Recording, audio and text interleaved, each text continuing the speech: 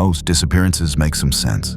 A dangerous road, car trouble, bad weather. But the Yuba County Five had none of these. Just an ordinary Mercury Montego making an extraordinary wrong turn onto a mountain road that no one could explain.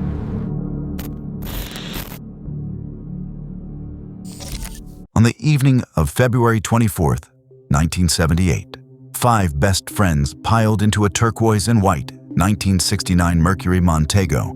Their destination was simple: home. They were returning from a college basketball game in Chico, a familiar 60-mile drive they had made many times before.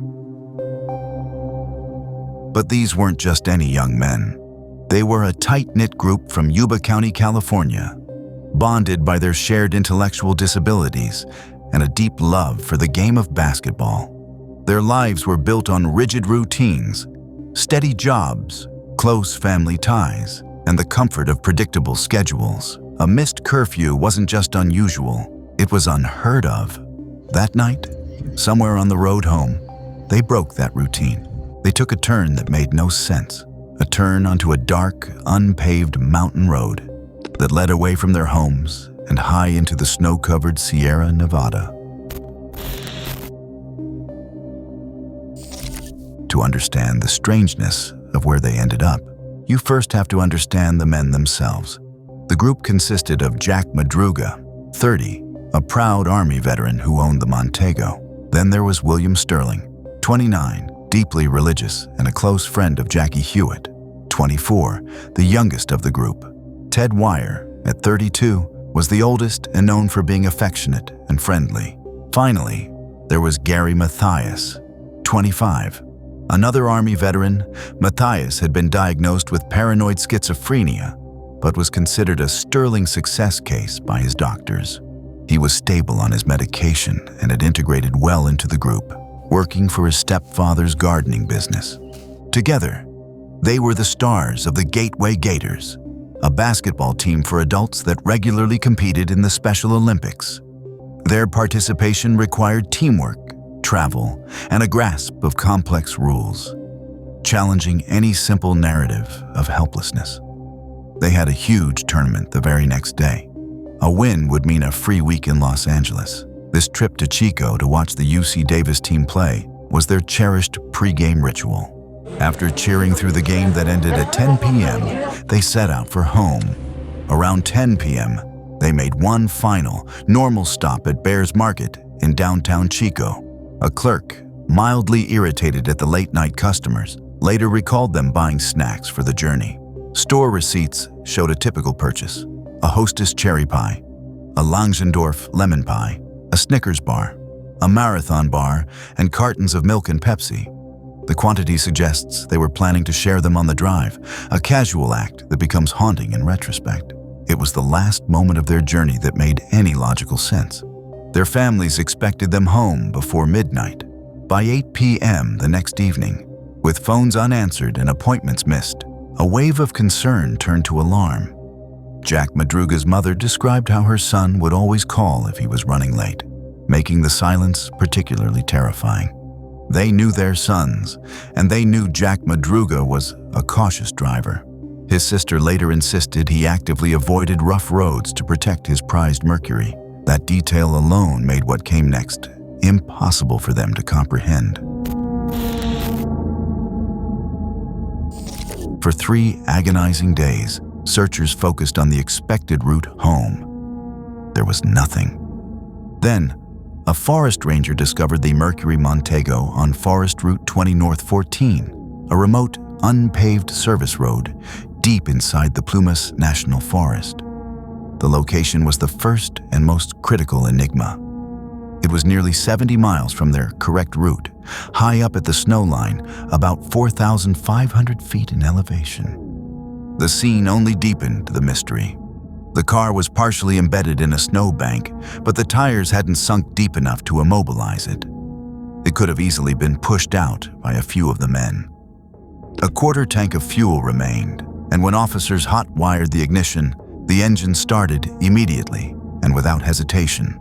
Inside, the snack wrappers were scattered, but folded maps remained in the glove compartment. There were no signs of a struggle, no torn upholstery, No broken glass, no blood. Tire tracks showed careful maneuvers rather than erratic skids, suggesting the driver had parked there deliberately. Yet the car, their only source of shelter and transportation, had been abandoned.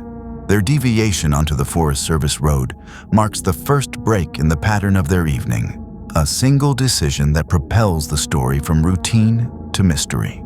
The working car, clear weather, and familiarity with the area remove the usual explanations for such a detour, leaving investigators with a fundamental question that remains unanswered decades later. Why take that road at all? The case gained another bizarre layer when a man named Joseph Shones came forward.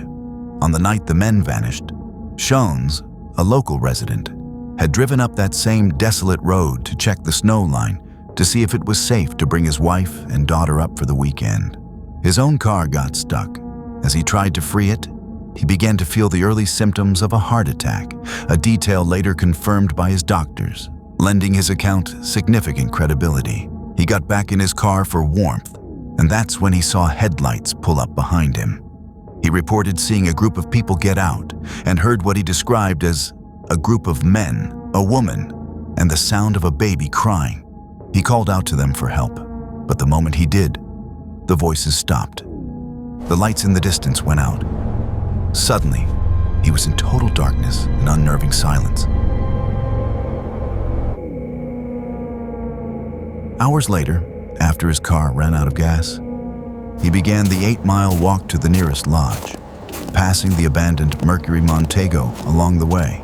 His testimony placed another group of people at the scene and suggested the men were not lost, but actively hiding.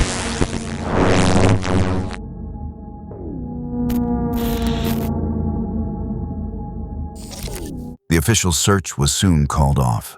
Heavy snowstorms buried the forest under more than 15 feet of snow, erasing any tracks and making further investigation impossible. For 3 long months, the families waited in anguish. Then, on June 4th, 1978, as the snow began to melt, the forest gave up its secrets. A group of motorcyclists exploring a remote trail stumbled upon a Forest Service trailer, a simple shelter for park workers. The front window of the trailer had been broken. When they opened the door, they were overcome by the stench of what turned out to be the skinny body of Ted Wire, wrapped in 8 sheets as if in a burial shroud. The trailer was located nearly 20 miles from the abandoned car, a brutal uphill hike through deep snow and treacherous terrain. The autopsy revealed a horrifying story. Pathologists determined that Wire, with his long beard and extreme weight loss of nearly 100 pounds, had survived for a shocking amount of time, anywhere from 8 to 13 weeks. His stomach was empty. He had, quite simply, starved to death. And here lies the most disturbing contradiction of the entire case. In a storage locker inside that trailer was a year's supply of military c-rations and dehydrated meals. A full propane tank was connected to a heater. There were matches, paperback novels for kindling, and warm clothes. A P-38 can opener, a tool familiar to Army veterans like Mathias and Madruga, was found, proving someone had accessed the food. Over a dozen cans had been opened, yet very little was eaten. Wire had frostbite on his feet, yet the heater was unused.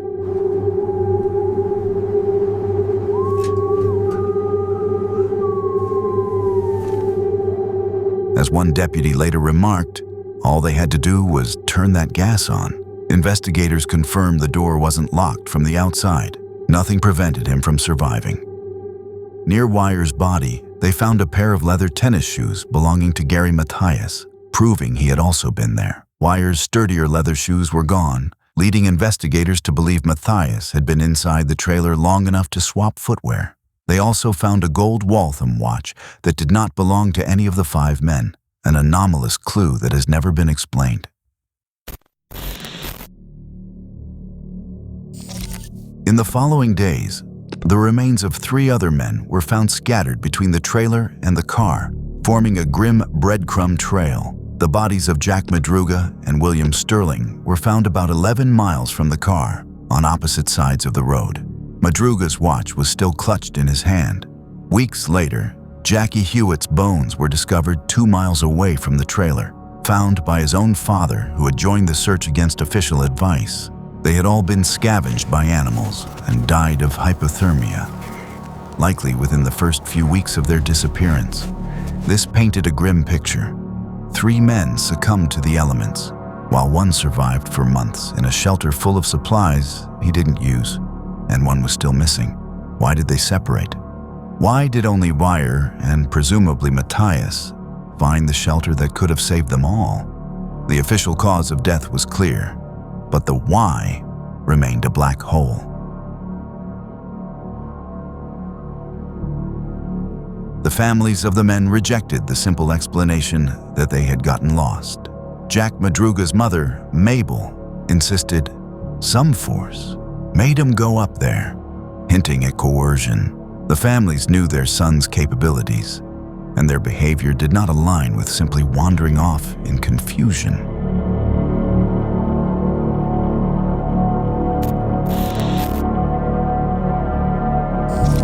Gary Mathias's absence complicated everything. His shoes in the trailer were the last concrete evidence of his whereabouts. But where did he go? His family noted that without his medication, the stress of the situation could have triggered a disorienting psychotic episode. This theory could explain the inexplicable chain of events. Mathias, a natural leader, might have convinced the others they were being followed, forcing them to flee an imagined threat.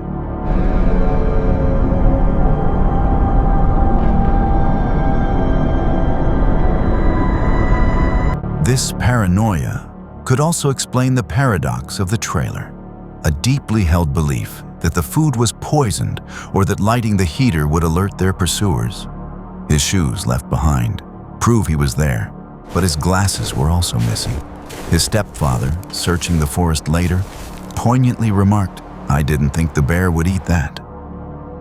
This leaves the most complex and sensitive possibility, the Mathias factor. With his military experience, he was a natural leader in the group. With his history of schizophrenia, his mind may hold the key to the entire tragedy. But the picture of Mathias as just another member of the group, stabilized by medication, was dangerously incomplete. To law enforcement, he was known to this department. His past included a violent assault on a jail sergeant and a charge of assault with intent to rape that was later dropped in a plea deal. Other run-ins involved drugs, threats of violence, and prowling. The other boys' parents were deeply uncomfortable with his presence in the group, with one sheriff recalling they were unabashed in their opinion about their concerns. One of Mathias's own acquaintances described him to investigators as a very violent person who hated women and who had repeatedly spoken of a dream where he and several other people would simply disappear.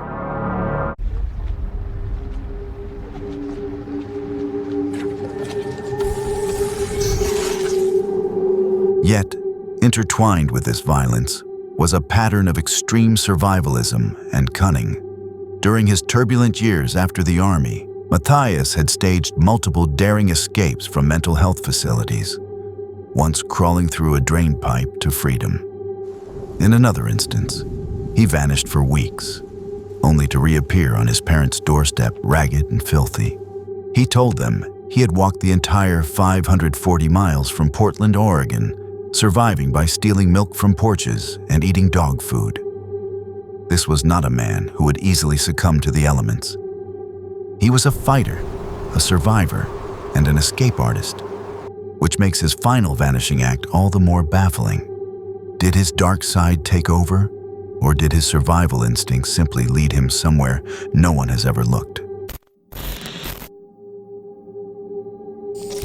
Decades later, every theory fails to answer all the contradictions. The working car, abandoned for no reason. The starved survivor, surrounded by food and heat he didn't use. The vanished fifth member whose shoes prove he reached safety, but whose body was never found. the scattered remains of the others, suggesting a final, desperate separation, and the unexplained witness account of Joseph Shones. No single explanation accounts for all these anomalies. The case of the Yuba County Five remains a puzzle where every piece of evidence creates a new, more profound question. A tragedy that began with a routine trip and ended in a chilling silence that endures to this day. What do you believe happened on that cold and silent mountain? The rational explanation or something else entirely? Share your theory in the comments below. And if you want to explore more cases that defy explanation, be sure to subscribe and click the bell so you don't miss our next investigation.